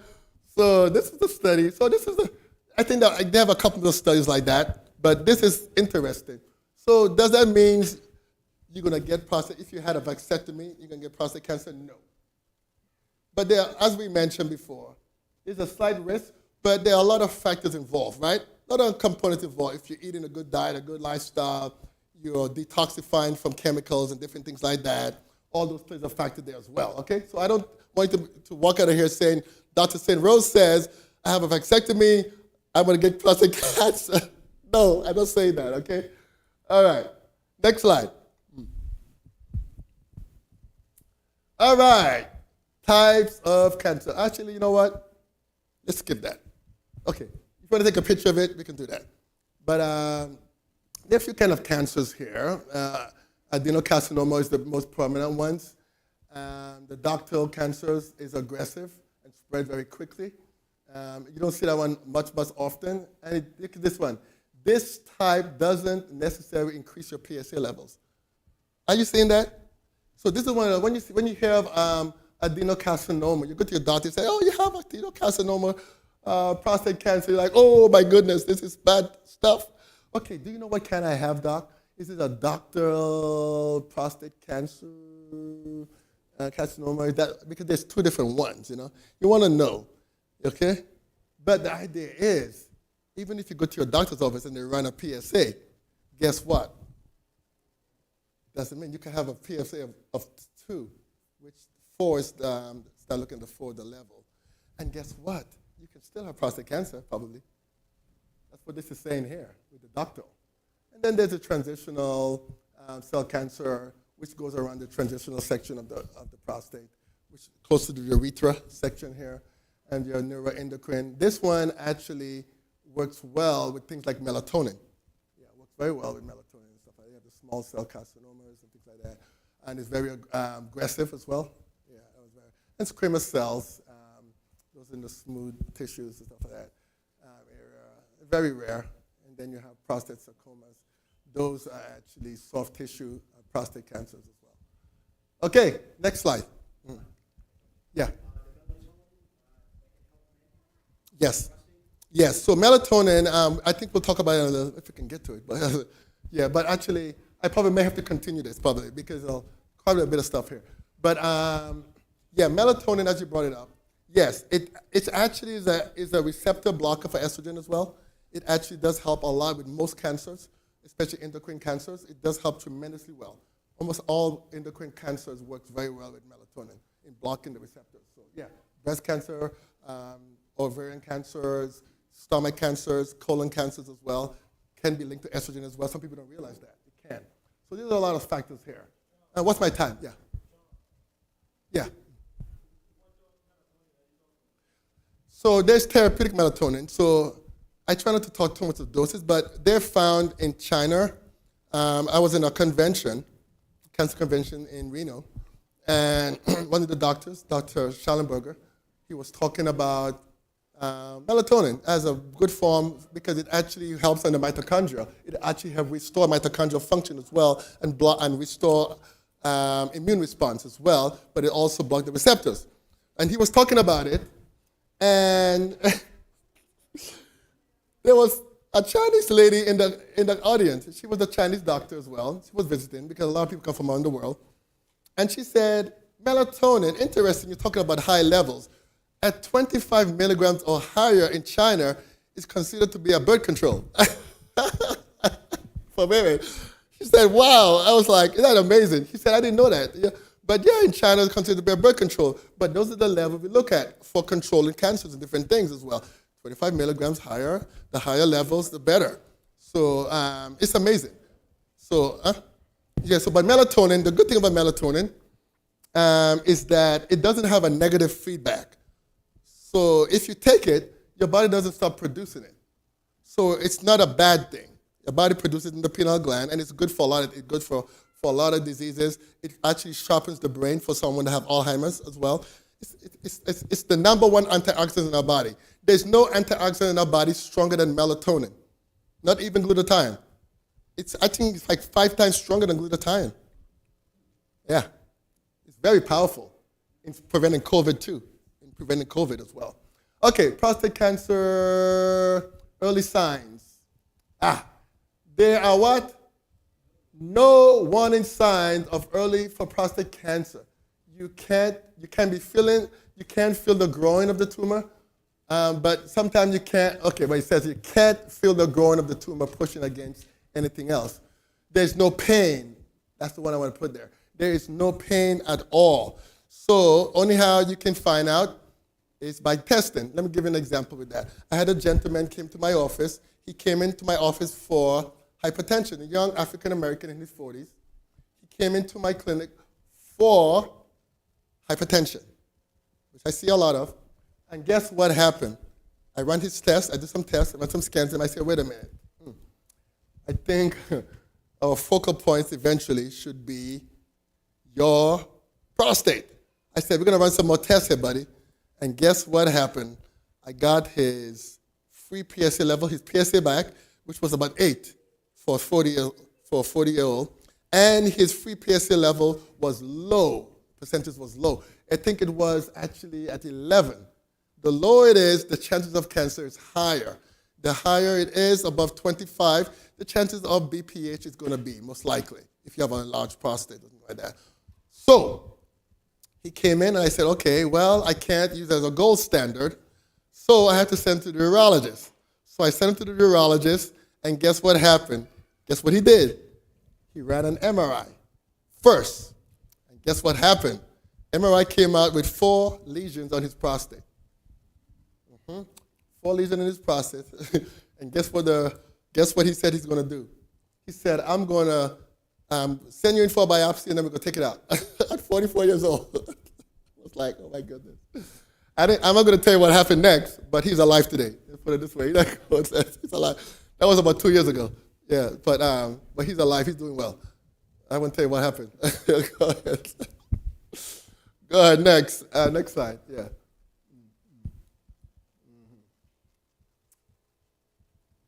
Okay, there we go. Okay, symptoms of advanced prostate. That's what you need to know. Remember, when we're looking at the doctor, there's no symptoms there. So these are the signs you want to look for, okay? If there is some form of a prostate cancer, dull, deep pain or stiffness in your pelvis area. We say there's no pain, but if it's grown already, it can press the nerves and it can cause pain there. That's the advanced section. Lower back is very important. Lower back pain, that means they've gotten out of the cavity already. Ribs or upper thigh pain in the bone areas, okay? Loss of weight and appetite, definitely a factor as well with that. Fatigue, nausea, and vomiting. Yes, all in the abdominal area. You could probably have spread other places already. Swelling in your lower limbs is pressing on the area. There's nerves and the circular vessels in the area as well. And lymphatics as well also gets pressed in that area as well. Weakness or paralysis in your lower limbs, often with constipation. Why constipation? Why is constipation causing a problem in the prostate? The prostate is enlarged. Remember what we showed you? I think we're going to get to that in a minute here. Look at the prostate. When you go to a doctor's office and they do a test on your prostate, how do we test your prostate?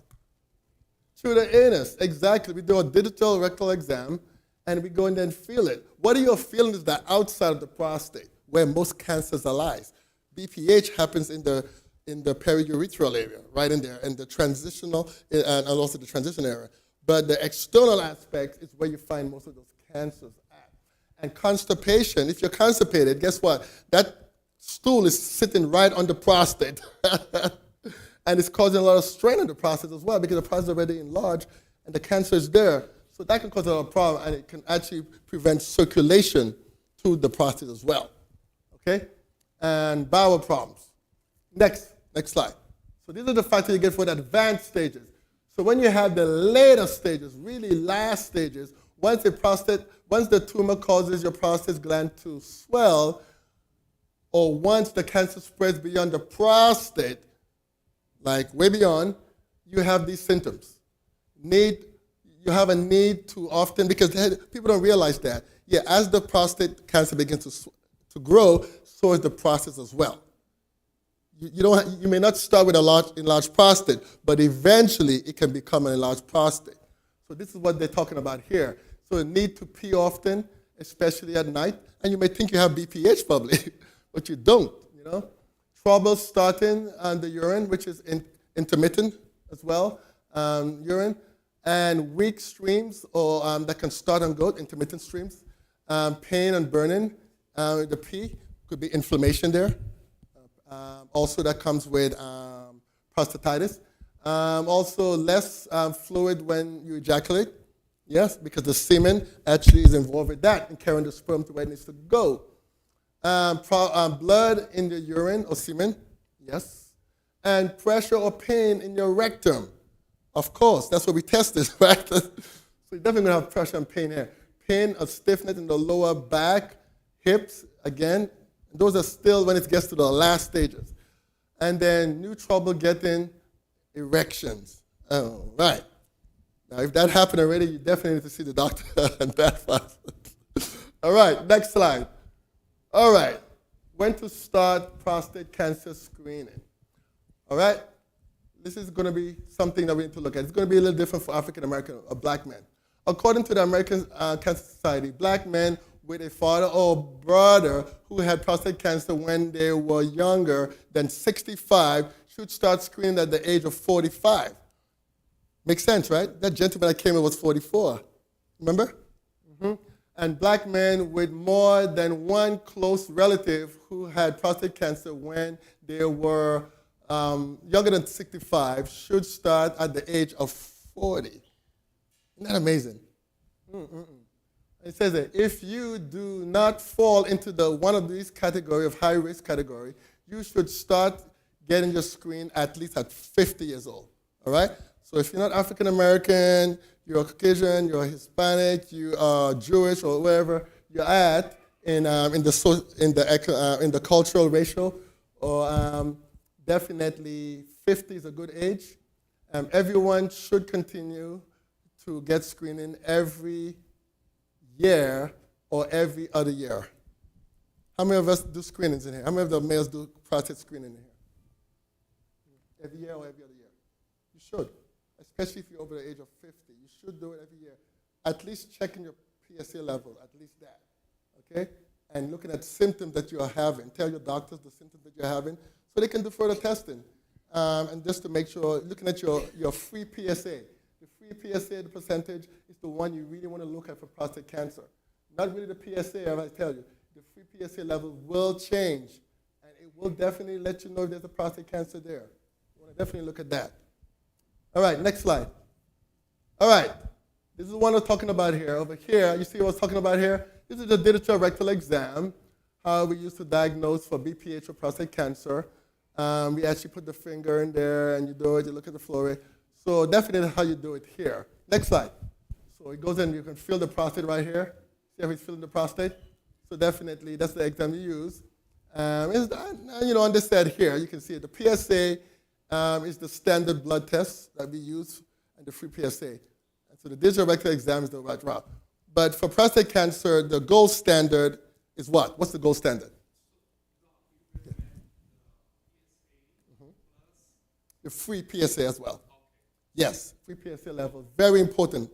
That's very important to diagnose BPH from prostate cancer. Yeah. PSA cannot tell you whether it's prostate cancer or not. Yeah, but as your level gets above 10, 8 and 10, yes, definitely your chance of prostate cancer begins to get a little higher here. Yeah. So definitely, looking at that. So you can see urine flow, rectal, the transrectal ultrasound is a good gold standard, as well for testing for prostate cancer, looking at the prostate as well. MRI, definitely, some days a good one as well for seeing as well too. But ultrasound, transrectal is a very good one. And voiding as well is a good thing as well. With your bladder, definitely a good thing they can utilize as well, because if it's pressing in your bladder, definitely you will have issues there as well. Urine analysis can check for infection. Sometimes with cancer can come prostatitis, infection and things like that. Urine culture as well. So that's a good area. Yes, next slide. Yeah. All right. So we're looking at also zoning of the prostate, okay? Zoning of the prostate is very, very important. Of where the prostate is at, or where the cancer is at. So most prostate cancer develop in the zone of the prostate near the rectum, as we mentioned before, okay?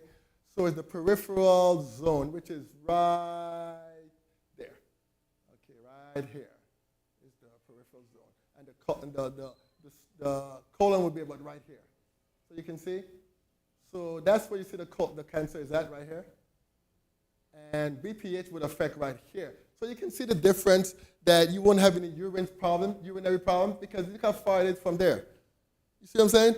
And you would think, I don't have any urine problem, streaming problem, and things like that, so I don't have any cancer, I'm good.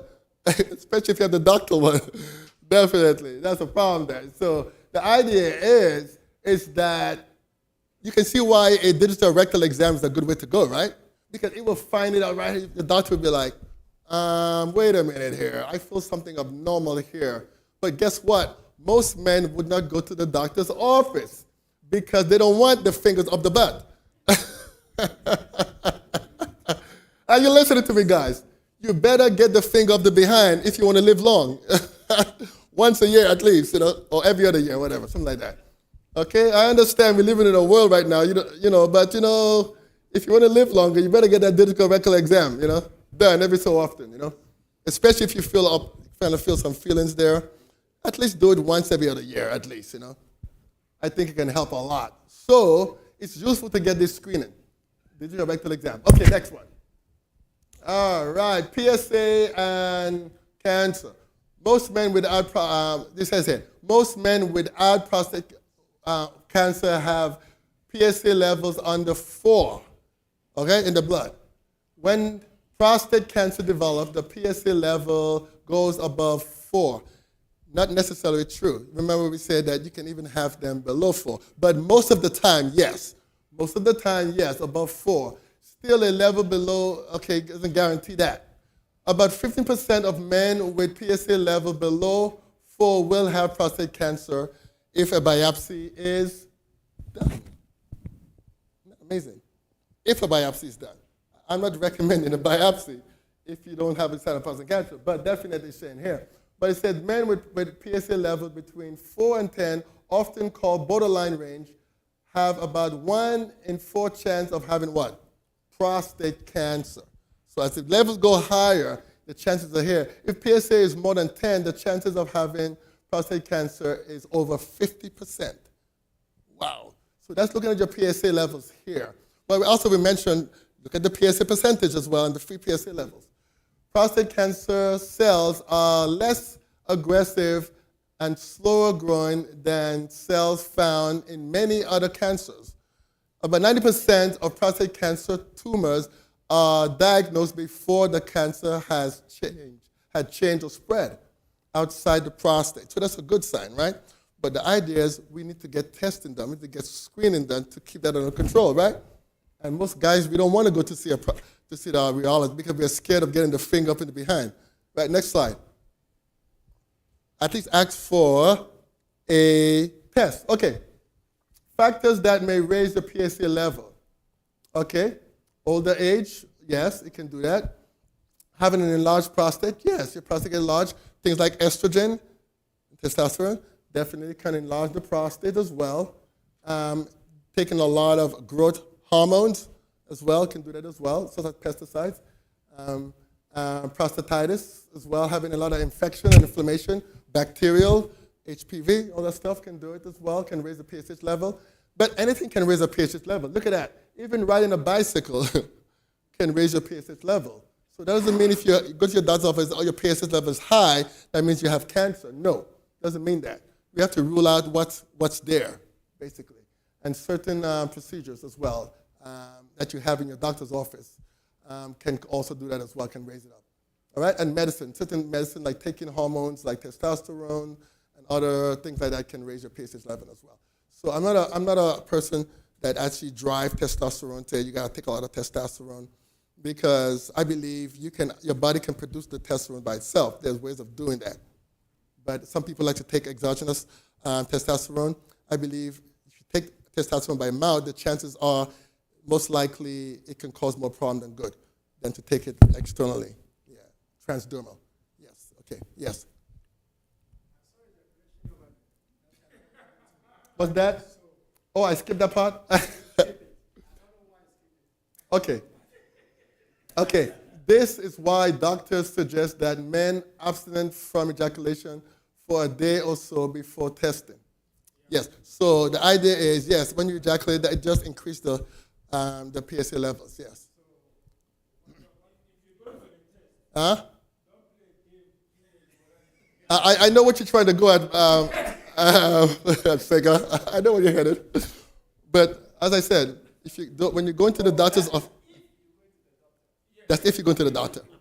Yeah, I'm not telling you not to do something, but okay. It's like fasting. Yeah, you go to your doctor's office, you want to make sure you do none of that stuff, before. I won't mention what it is, but you know what I'm talking about. Okay, next. All right, grading the prostate. Now, cancer, grading the cancer. So we can see here, if the doctor suspects that you do have prostate cancer, there's stages that they go through. First of all, you get a rectal exam. Okay, there's something there. Let's run some labs. All right, let's probably run an MRI or transrectal exam. Ultrasound, do that. Okay, there's something here. I think we need to do a biopsy. A biopsy is done. Then the next stage, we look and say, okay, we're going to come up with some form of a score to grade that. So you can see here, there's a score that they come up with, and they group them. So a Gleason score risk group, You can see a low to very low, a group 1 is below 6. An intermediate, favorable of having that is like a 7, which is a plus 3 or plus 7, plus 4, you get a 7. You know, looking at the two different areas. And very, very high levels, group 4 and 5. You're looking at group 4 is at 8, and those are high levels. So you can see here, Gleason score number describes the prostate cancer assessing, and that the cancer cells appear under the microscope and how likely they are to spread and grow. So this is what it is. So it's only from a biopsy you can get a Gleason score. So if you want a Gleason score from your doctor's office, only how you can get one if you get a biopsy. Now, I know people might say, well, I'm not saying I'm an advocate of a biopsy, but I can tell you this. I'm not an advocate of having biopsy to an extent, because there are a lot of tests now you can utilize. There is a lot of tests you can use that can, like Dotar is another one. Dotar, they actually can do testing using blood. We call it a liquid biopsy as well. And the gallery, they can also do tests as well as the blood. And it can actually give you the same response of telling if you have prostate cancers or not, without doing a physical biopsy as well. Yes?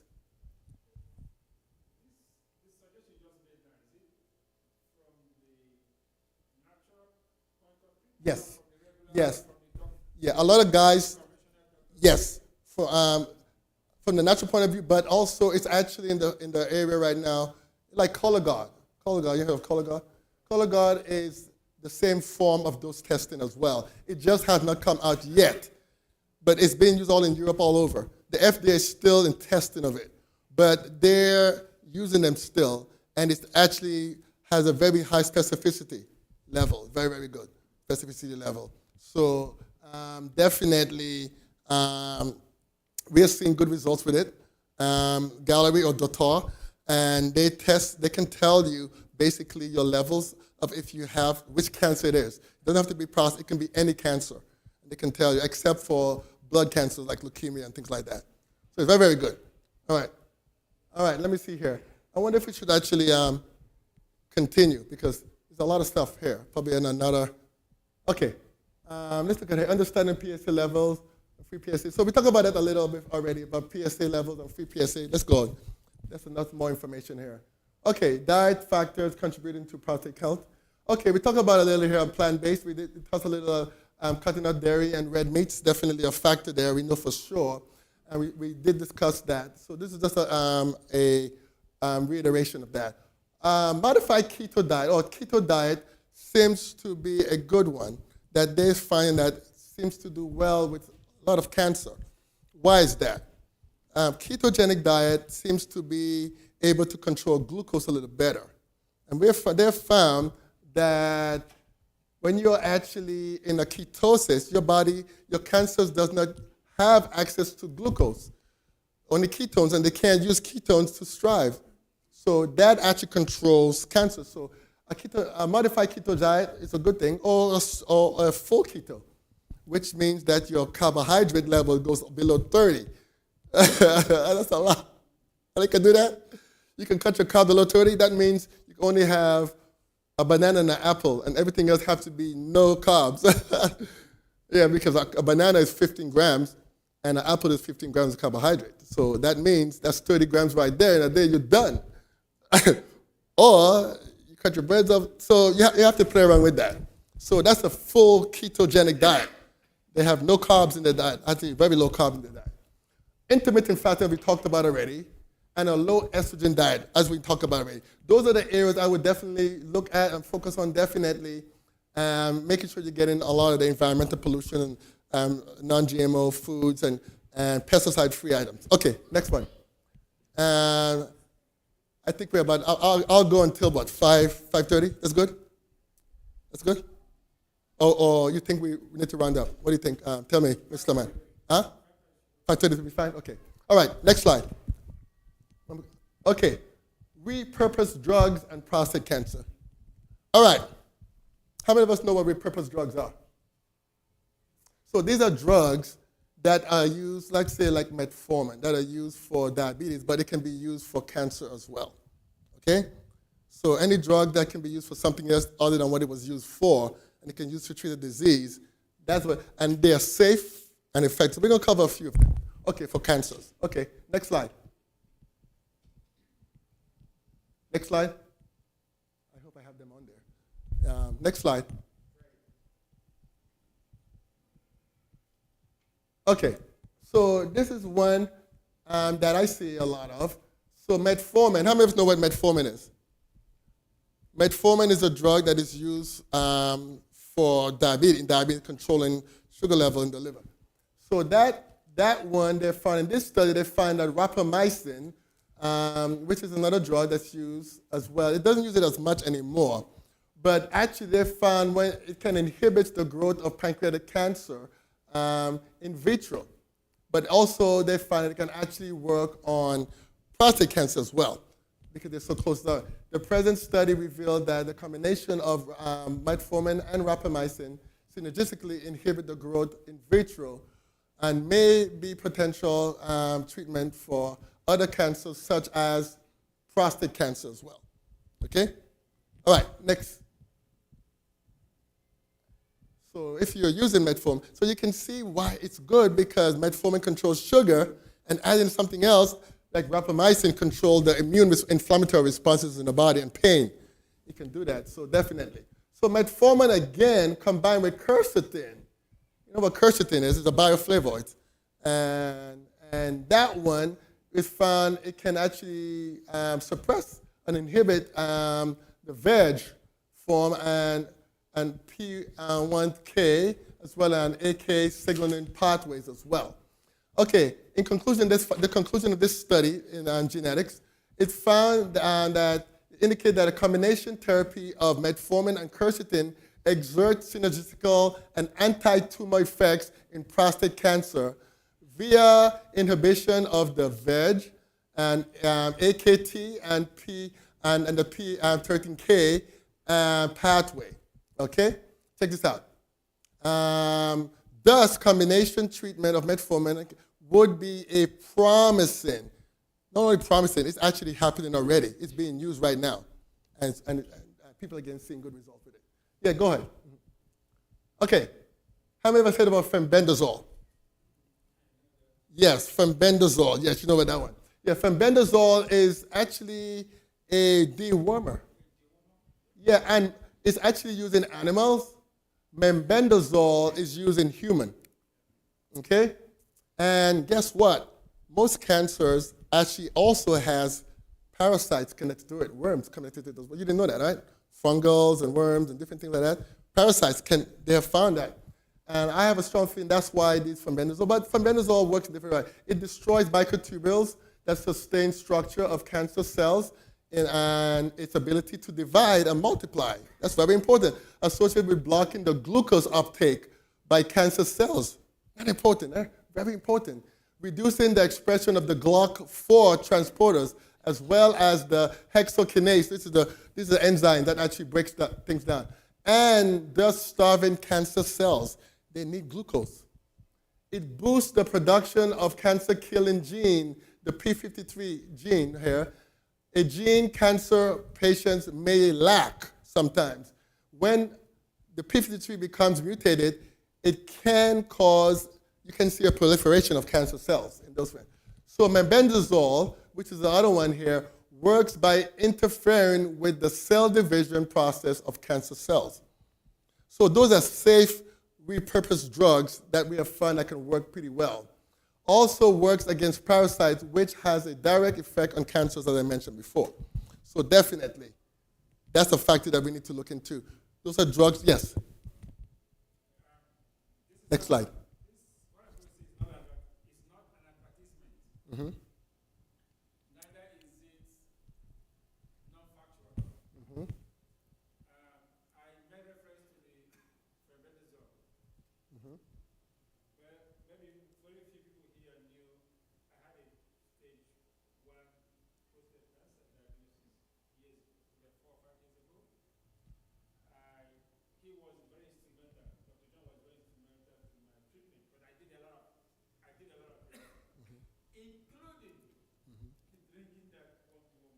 Yes. Fenbendazole. Yes. Yeah, and it's safe. It's safe. Fenbendazole is very safe. Actually, peer review just came out of it. The last peer review that came out was September 2024. Came out on fenbendazole and mebendazole and ivermectin. So doctors can use it for treatment of cancer now. In the office, it's peer reviewed now. Yeah, and studied to show that definitely there is a factors used with it. So doctors can use it in the office. FDA is about to get that approved. Yeah. So so fenbendazole, you can see here the activity. Definitely also with vitamin E as well. Definitely can cause some good factors as well. And the drug deserves to be tested for further efficiency as well with prostate cancer. Go ahead, next slide. Yeah. Okay.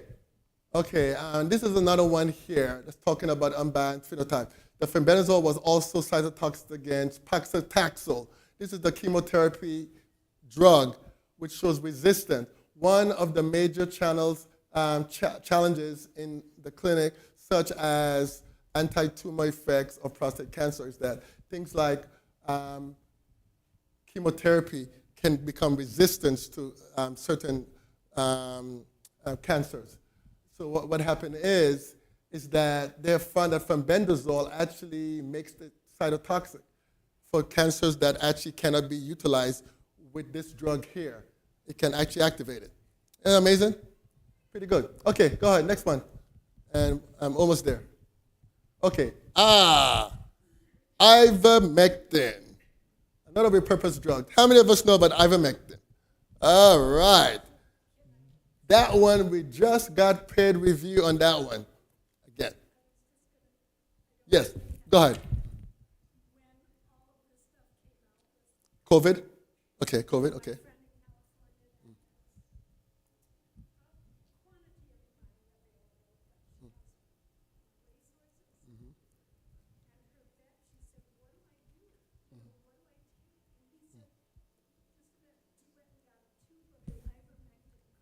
Yeah.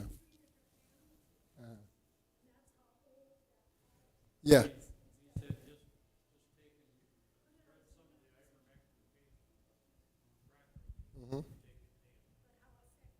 It was, yeah. Ivermectin is very effective. You gotta be. I always tell folks, talk to your doctors before as well, and make sure you look at the quality when they're looking at the quality of these things, because some ivermectin they also have additive to dexamethasone added to them as well. So you gotta be very careful with that. That's steroids. So, yeah. Yeah. So, yeah. So, but definitely, it's safe on the levels that it needs to be used. So, if you're gonna use ivermectin, definitely you want to talk to a doc so you can know the dosage, because now they have dosage you can use. It's peer reviewed, as I said, and they've tested all of the transactions, and it's safe and effective at certain doses. So you want to know the dosage, and you want to get it from a lab that's tested it for impurities as well. Okay. All right, studies have shown that ivermectin can target and kill cancer cells by disrupting their energy production and inducing oxidative stress. This can lead to the reduction of tumor size and slow down the progression of disease. Additionally, ivermectin has been shown to have anti-angiogenic, which means it prevents blood vessels of the cancer cells from spreading as well, which means that it can prevent the formation of blood vessels. Okay? And inhibit growth factors. So go ahead. All righty.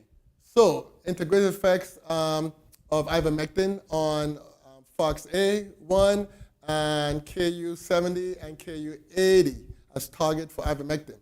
So those are areas where they're looking at damage to the DNA and things like that activity. And it is shown that ivermectin actually was found to actually bind to these proteins that actually definitely help with controlling prostate cancers as well and cause them to die. So very, very important. Yes, next slide. All right, holistic approach. I'm almost there, got 3 minutes left. So we have a holistic approach to dealing with prostate cancers. What we want here, we want DHT reductase, alpha reductase blockers. We talked about those, and we're going to go over those quickly if we can. Aromatase blocker, melatonin is a good one we mentioned. reduce inflammation and infection. There are other things like NP kappa is another one we look at. Hair analysis, looking at heavy metals, chelation, chemicals, pesticide, and estrogenic xenoestrogens. Liver support. Liver actually helps with circulating those estrogens and testosterone. So you definitely want to detoxify your liver at least as much as possible. Detoxify diagnostic testing, like the TAR, the genetic. That one does a blood biopsy, okay, as I mentioned. So that's one you can utilize. The insurance doesn't pay for it, but it actually is a good test that I can definitely look at. Environmental testing, like Mosaic, you look at all the environmental testing, it looks at all of the chemicals that may be in your body, and they give you a whole profile of those that you can get. Also diet. Remember, a low estrogen diet, a low inflammatory diet, eliminating animal protein as much as possible, and especially the one that actually has hormone. So, for example, if you're eating chicken and lamb or turkeys, whatever, make sure for sure no hormones, no antibiotics are given to these animals, especially because it will drive your prostate, because all of those are estrogenic. So you definitely want to make sure that those are not in there. And modified keto is a good thing to go as well, we mentioned. Prostate injections are certain things that can be done as well, natural. Colonics are very important because we're looking at constipation, different things like that. They're very good. Saunas are very good for removing the chemicals like Agent Orange and all those things and all those other pesticides from your system. Saunas are very good. And hypothermia is also a good thing. Next slide, quickly. I have 1 minute. Okay. Actually, let's stop here. I think we're good. What we can do, how many of us want to continue on the next time? Yes. Yeah, it's at 5:30. Yes. Oh, there you go. There's a need for us to continue this topic. I know why I say that. There was a misunderstanding between a text I sent to the preacher today, the guy that preached, Pastor Williams, because he was supposed to do an afternoon section. Now, the way I worded the text, he thought somebody else, he said I didn't specifically say you are going to do afternoon section. He's right. The text I just said this and this. So it's the understanding. Now he said he wants to come back. Now, it's something I may have to discuss because when I came, I looked for him. They said he has gone. So I went to the pastor. Pastor said he left. So I texted him.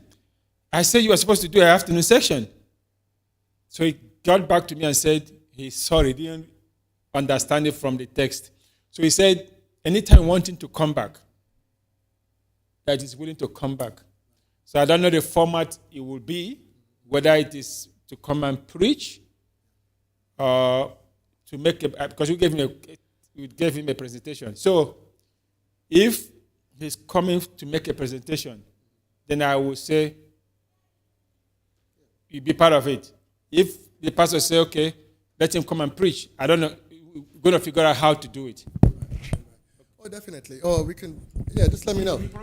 We can actually continue anytime. I know next week we're going to have a full day next week, so we won't be able to do anything. If you want to do it the week after, we can do it the week after. I can continue.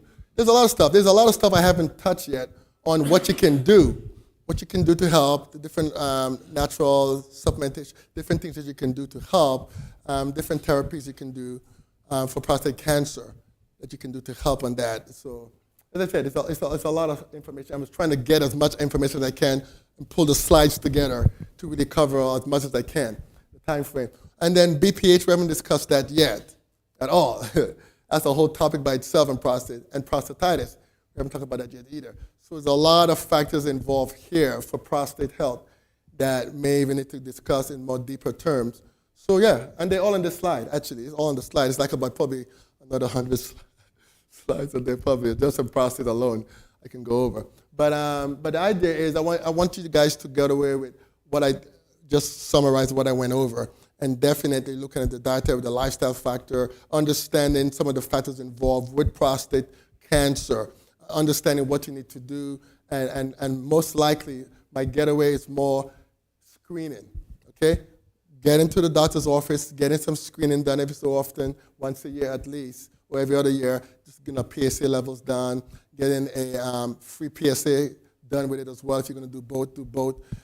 Checking inflammatory, do this CBC, looking at some inflammatory markers as well, ESR, CRPs, which is C-reactive proteins. Those can give you some ideas of inflammation in your system as well. And just to look at your blood sugar level, look at your A1C. Very important because we did discuss that A1C, blood sugar level plays a big factor, especially for an African American with prostate cancer, right? So we definitely want to make sure we're controlling our blood sugar well and making sure we're cutting a lot of the fats, damaged fat, I call those, from our system. And as we mentioned with the eggs and different things, make sure you're getting eggs that are actually free range, things like that, chicken from free range chickens, and no hormones, no antibiotics given to them as well. So those are the things I want you to take away with. And like the milk, there's all the milks in the markets you can use, and cheese in the markets you can use that are plant-based now, and they taste just like your regular cheese. Like Follow Your Heart, I think, Dyer. I think Follow Your Heart is one of the best tasting one out there. And I think Dyer is making some better one to compete now. Then you have the different milk. You have almond milk. You have even some soy milk. You have cashew milk. What else? Even oats milk, I think they have. And rice milk. Different other milks in the market you can utilize. But there are different routes you can utilize now. And controlling your carbs is very important. Like pastas. There are different kind of pastas you can get. You can get things like garbanzo pastas, things like konjac root pastas. You can get all the stuff which is low calories, low carbs as well. Okay? And what kind of fruits do we eat? We survive more on berries and the lack of the sweet fruits. So berries would be our best route to go. And a lot of sweet fruit like the bananas and all that stuff, you want to cut those down as much as possible, especially as we get older. Yes.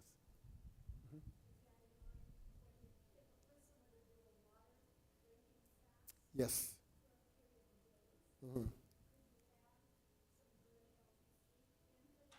Yes, so a water fast actually is a good question. So if someone wants to do a water fast and they want to do some juices, like vegetable juice as your juicer, that would be great. Just to get you in there, it would be a good one for prostate cancer or any cancers as well, or any disease in total. Yeah, so if you can't do the full, just do some juicing. I did it myself. Actually, a lot of people don't realize I used to wear glasses for over 9 years. 9 years. And what I did a juice-only fast for 33 days, I think it was? 33 days when I was in my undergrad. That was quite many years ago. Yeah, and guess what? I was able to get rid of a lot of things. My headaches I used to have all the time, constipation, pimples, and all that stuff. I had quite a bit all over my face like Trey. And and then, guess what? I couldn't see well. Yeah, because I had a bad stigmatism as well, and just had a lot of blurry vision as well. That came with that as well too. And I had to get my glasses to read stuff. And 32 days on just water and juice fast only. The first couple of days you feel very hungry, you feel horrible, but after about 4 days in, you feel really good, really, really good. After that, it's like nothing. So the idea is, I did it, so that's a good idea. If you want to just do water and juice, that's fine as well. Yeah. Okay? All righty. All right, we can close in here and let us go home.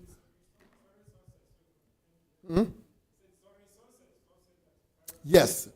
So yeah, we can 5:30 sunset, so we can pray and close the day off. Let's pray.